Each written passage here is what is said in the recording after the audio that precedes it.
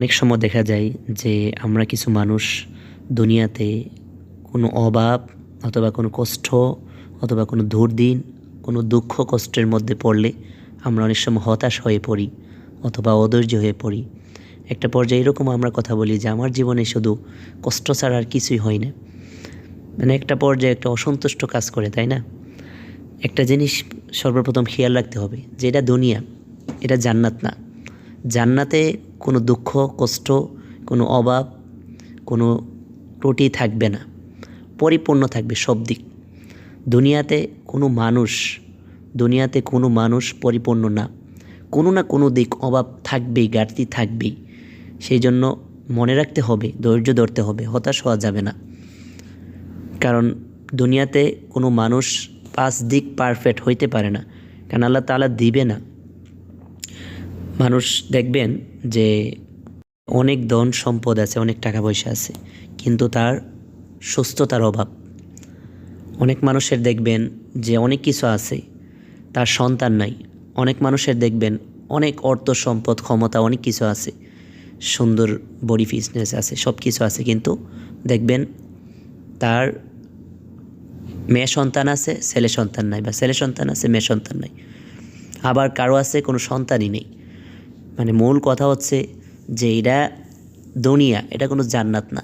তো এখানে আমাদের করণীয় হচ্ছে যে আমরা যে পরিস্থিতিতেই থাকি না কেন, যার ভাগ্যে যা আছে, হ্যাঁ, এটা খেয়াল রাখতে হবে যে আমাদের কোনো ভুলের কারণে বা দোষের কারণে যেন আমরা আল্লাহ তাআলার দেওয়া নিয়ামত থেকে বঞ্চিত না হই, আযাবের মধ্যে না পড়ি এবং গজবের মধ্যে না পড়ি, শাস্তির মধ্যে না পড়ি। অনেক সময় দেখা যায় যে অনেক সময় আমাদের নিজেদের ভুলের কারণে অনেক সময় অনেক দুর্দিন বা কষ্টর দিন, হতাশ অথবা অনেক পরিস্থিতি ভয়াবহর মধ্যে পড়তে হয়।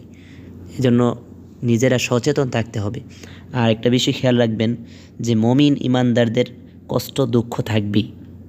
কারণ হালাল পথে চললে, হালাল থাকতে হইলে কষ্ট দুঃখ থাকবেই। কারণ পূর্বের সাহাবা ইকরামের জীবন দেখেন, নবীদের জীবন দেখেন, তাহলে আমরা কি তাদের তুলনা করুন কিছু?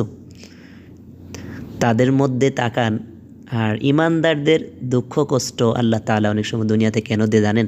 কারণ আপনি নিজেকে নিজে প্রশ্ন করেন, যখন দুঃখ কষ্টের দুর্দিন বা হতাশের মধ্যে পড়েন, তখন কিন্তু অতি দ্রুত আল্লাহ তাআলার কাছে যান এবং বেশি বেশি দোয়া করেন, বেশি বেশি আল্লাহ প্রেমিক হন, আল্লাহর কাছে বান্দা বা মুমিন অতি দ্রুত অতি কাছের মধ্যে চলে যান আল্লাহ তাআলার।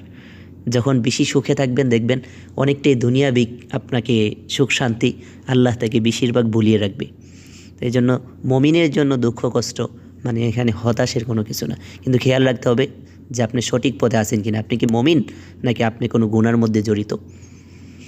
গুনার মধ্যে জড়িত থাকলে যদি দুর্দিন আসে বা কষ্টের দিন আসে, হতাশ আসে, তাহলে এটা হচ্ছে আযাব। আর যদি সঠিক পথে আছেন, ঈমান নিয়ে আছেন, ভালো পথে আছেন, তারপরে দুর্দিন বা হতাশ বা কষ্ট দুঃখ আসে, মনে রাখতে হবে এটা মমিন হিসেবে পরীক্ষা। বুঝতে পারছেন?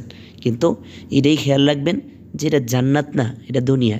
কোনো না কোনো দিক ঘাটতি থাকবেই, যা আছে তা নিয়েই সন্তুষ্ট থাকতে হবে। দুঃখ কষ্ট আপনার মধ্যে আসবে, তখন এই জিনিসটা সবসময় খেয়াল রাখবেন বা বাস্তব জীবনে দেখবেন বা দুই চোখে তাকাইবেন যে আপনার থেকে কষ্টকর জীবনযাপন কারা করতেছে, আপনার থেকে দুঃখ কষ্টের মধ্যে কোন লোকেরা আছে আপনার আশেপাশে, তাদের দিকে তাকাইবেন। তখন ওই হতাশ বা কষ্ট দুর্দিন দেখবেন নিমিষেই শেষ হয়ে যাবে। কারণ হতাশ আসতেই পারে, দুঃখ কষ্ট আসতেই পারে, কিন্তু এটা কাটানোর জন্য এই জিনিসটা দেখলেও বাস্তব জীবনে অনেক সময় অনেক দুঃখ কষ্ট থেকে আপনি এড়িয়ে আসতে পারবেন, সবুর করতে পারবেন, ধৈর্য ধরতে পারবেন, শান্তিতে থাকতে পারবেন। কারণ বেশিরভাগ অনেক সময় শান্তিতে থাকা অবস্থায় অশান্তিগুলা বিরাজ করে অনেকের মধ্যেই, যে অনেক সময় প্রয়োজনীয়গুলা আপনার সব কিছু পূর্ণ হইতেছে, কিন্তু বিভিন্ন বড় বড় যে স্বপ্ন বা বিলাসিতা সেইগুলা না হওয়ার কারণে অনেক সময় প্রয়োজনগুলা পূর্ণ হওয়ার পরে অনেকে দুঃখ কষ্ট ফিল করে। কখন ফিল করে? যখন তার থেকে অনেক অনেক সুখী সংসারগুলোর দিকে থাকা, অনেক অনেক বড় লোকদের দিকে থাকা, অনেক অনেক বড় পরিস্থিতির দিকে থাকা, তখন তার পরিস্থিতি বা তার সুখটা তার প্রয়োজনীয় যে আসবাবগুলো পূর্ণ হইতেছে সেগুলো সে ভুলে গিয়ে সে নিজেই একটা হতাশ অথবা দুঃখ কষ্টের মধ্যে পরিস্থিতিতে সে নিজেই নিজের কষ্টগুলা ইচ্ছা করে টেনে টেনে তার জীবনে ফিট করে এবং দুর্দিন কাটাইতে থাকে। এগুলো কখনো ভুলে করা যাবে না। বরঞ্চ মাঝে মধ্যে কষ্ট দুর্দিন হতাশ আসলে আপনার থেকে নিচের লোকগুলোর দিকে তাকান, আপনার থেকে কারা আরও বেশি কষ্টের মধ্যে আছে, এই কাজগুলো যদি সঠিকভাবে যদি মানতে পারেন, ইনশাআল্লাহ মনে রাখবেন প্রত্যেকটা মুমিন আল্লাহর সন্তুষ্ট অর্জন করার জন্য সহজেই সব কিছু করতে পারবেন ইনশাআল্লাহ। আল্লাহ তাআলা সকলকেই সহি বুঝ দান করুক আমাদের সকলকেই।